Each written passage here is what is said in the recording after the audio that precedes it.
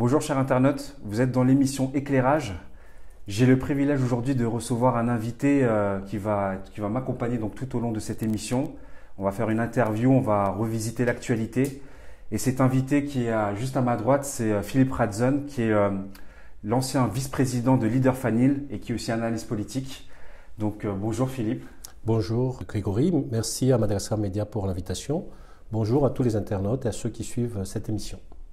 Donc aujourd'hui, nous allons revoir toute l'actualité qui se passe à Madagascar, parce que l'actualité est assez riche, avec beaucoup de choses. Dans un premier temps, en fait, on va aborder plus spécifiquement les élections municipales, donc parce que le dépouillement arrive à sa fin et donc on y voit un peu plus clair sur la cartographie et sur les forces en présence. Dans un second temps, on reviendra sur le sujet qui passionne tous les Malgaches, où tous les Malgaches, que ce soit aux quatre coins du monde, ont les yeux rivés sur ce sujet épineux qui concerne Madagascar et la France, à savoir les îles Malgaches. Dans un troisième temps, on s'attardera du coup plutôt sur tout ce qui est les projets des infrastructures, avec en premier lieu Tana Massange, et bien évidemment aussi on pourra revenir sur le développement du sport, où il y a aussi, on sait qu'il y a la délégation de la FIFA qui est venue notamment pour amener en tout cas sa vision sur le développement des infrastructures à Madagascar. Donc on pourra en parler de manière générale. D'accord. Alors sans trop tarder, on va attaquer tout de suite le premier sujet, les élections municipales. Ce que j'ai envie de te dire, Philippe, quand tu vois les résultats, on va peut-être d'abord faire un premier focus, je pense que c'est le principal, sur Tana. Tana, pourquoi? Parce que c'est la capitale de Madagascar et on sait que pour tout pays qui veut se développer, il est important que la capitale soit très attractive d'un point de vue économique et d'un point de vue d'un certain nombre de choses. Et avec ces résultats où on voit donc Nenon Zoutien qui arrive en tête, qu'est-ce que ça t'évoque, ce premier résultat qui nous est annoncé?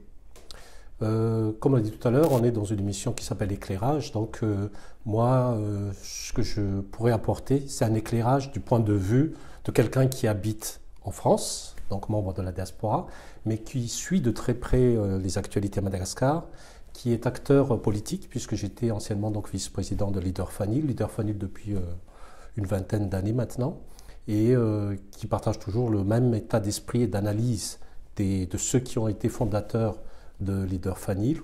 Et donc l'approche que moi j'aurais par rapport aux élections municipales, aujourd'hui on est le 30 novembre, donc on n'a pas encore les résultats définitifs, c'est que il y a une élection qui se déroule bien, mais malheureusement avec un taux de participation faible. Et moi, ma question, c'est d'englober ces élections municipales dans tout le lot des élections qui se sont passées récemment, depuis quelques années, à Madagascar. Et même, ma question, ce sera le punchline, c'est que est-ce qu'on est dans un pays démocratique?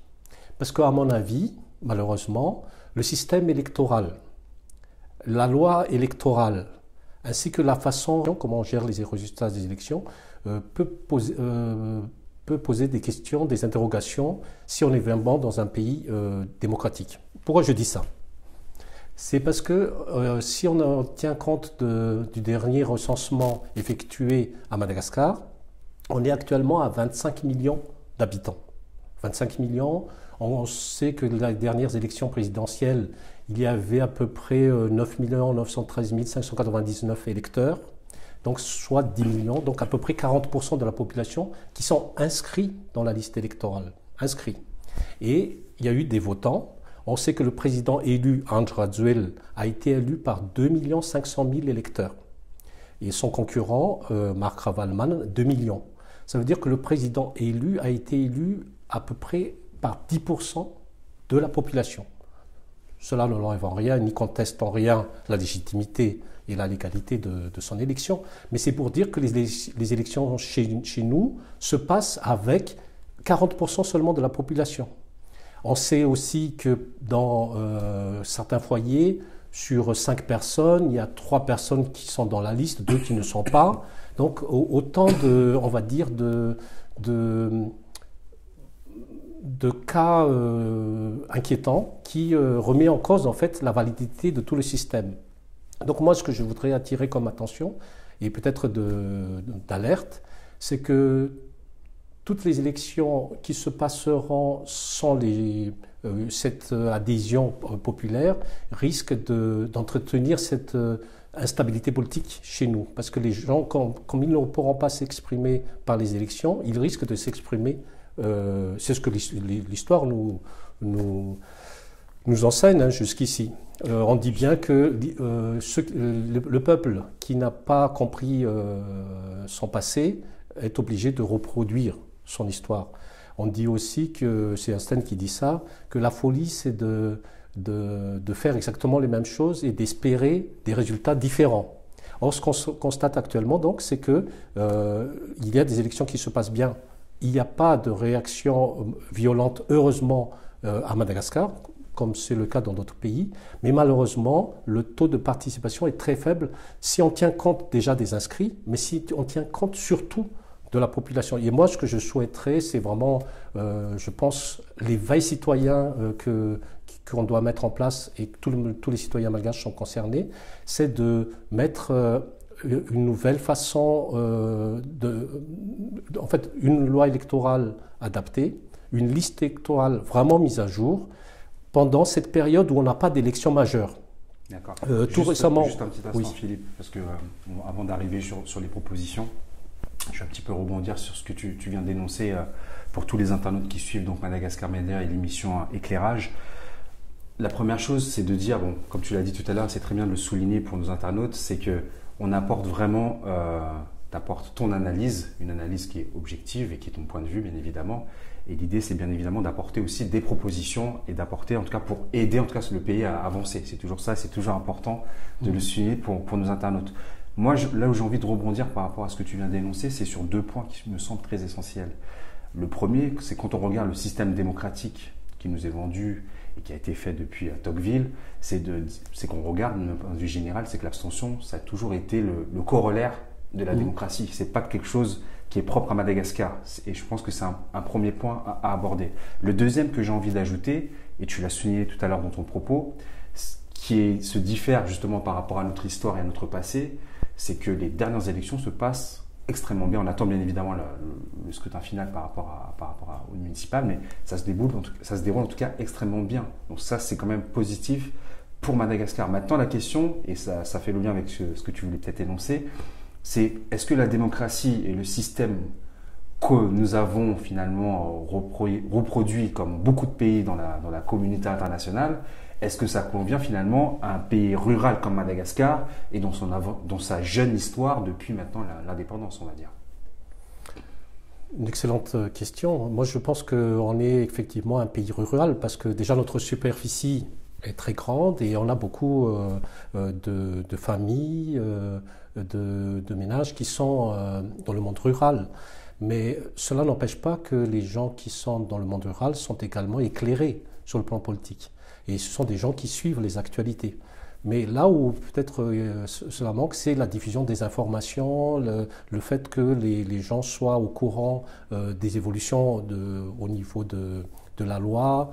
Ce que je veux dire par là, c'est que si on parle vraiment de démocratie, pour revenir aux grandes théories, et après on va aller très vite aux pratiques, c'est qu'en fait la démocratie, quand on parle de peuple, chez les Grecs par exemple, on disait qu'il y avait ethnos pour ceux qui sont les liens de sang, laos je crois pour tout ce qui est dans le territoire, mais les démos à la base c'était les citoyens éclairés, ceux qui n'étaient pas asservis à l'esclavage ou à l'endettement et qui pouvaient se réunir autour d'un agora pour discuter de la politique, donc de la gestion de la cité. Donc la démocratie, c'est d'éclairer les gens, donc on parle d'éclairage aujourd'hui, d'avoir des gens instruits sur le plan de tout ce qui est citoyenneté, de tout ce qui est activité politique. Et moi, la question actuellement, est-ce qu'il y a vraiment une volonté politique de faire participer tout le monde? C'est ça la question. Quand on dit tout le monde, c'est-à-dire toute la population, mais également tout le territoire. Il y a des zones qui ne sont pas encore vraiment administrées comme il faut, qui sont, je dirais, en sous-administration. Donc ça, c'est une volonté politique que l'État qu'importe le régime qui est là, qu'importe le président qui est là, a comme devoir de faire en sorte que dans tout Madagascar, tous les citoyens soient au courant des faits politiques, qu'il y a une instruction civique et que les gens se retrouvent bien dans la liste électorale.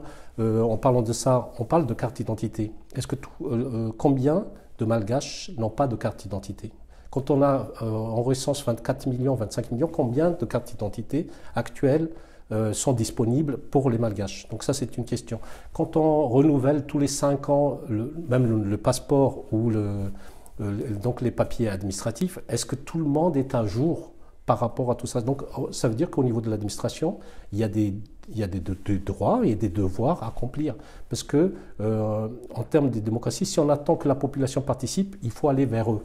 Il y a une partie, il y a deux pas à faire, oui, sûr, oui. Un pas du citoyen, oui, mais également celui de l'administration. Je ne pense pas que l'administration couvre totalement le territoire et couvre totalement la population. Et quand on parle de la diaspora, nous, par exemple, on n'a pas encore ressenti cette initiative de vouloir intégrer les gens qui sont dans tous les territoires et aussi en dehors du territoire à participer pleinement aux activités citoyennes, justement, alors qu'il y a une volonté de participer. C'est pour ça, Philippe, je te demandais tout à l'heure, du coup, par rapport à ce que tu disais, hein, parce que je pense que c'est important de relever le taux d'abstentionniste, et l'abstentionnisme qui est très fort à Madagascar.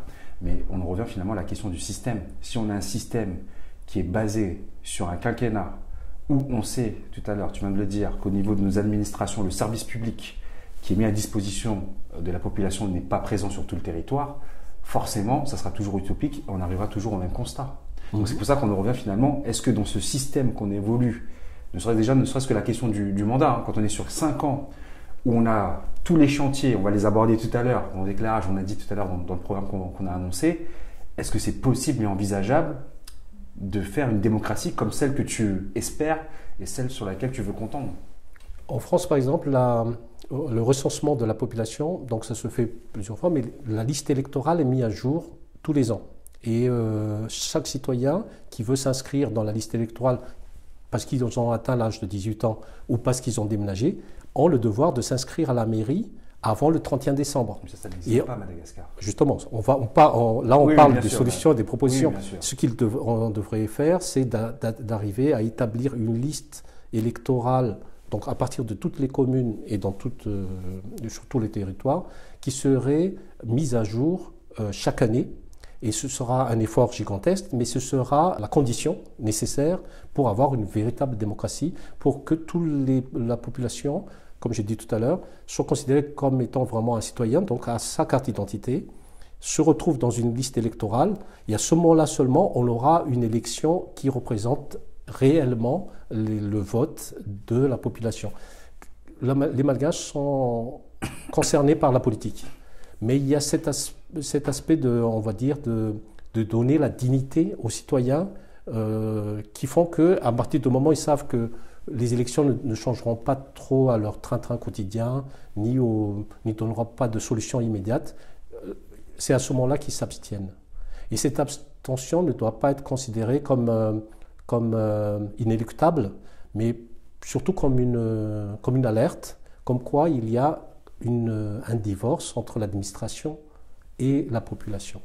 Juste pour conclure sur ce point-là qui te tenait en tout cas à cœur et sur lequel tu voulais vraiment aborder, c'est est-ce que tu penses que d'un point de vue financier, l'État a les moyens en tout cas de pouvoir assurer, si on sait que toutes les carences qu'il peut y avoir de manière structurelle sur la présence administrative, sur le recensement, sur tout ce qu'il y a à faire, parce que là on parle des élections, mais comme tu l'as dit tout à l'heure, il y a la pièce d'identité, il y a toute une administration à mettre en place.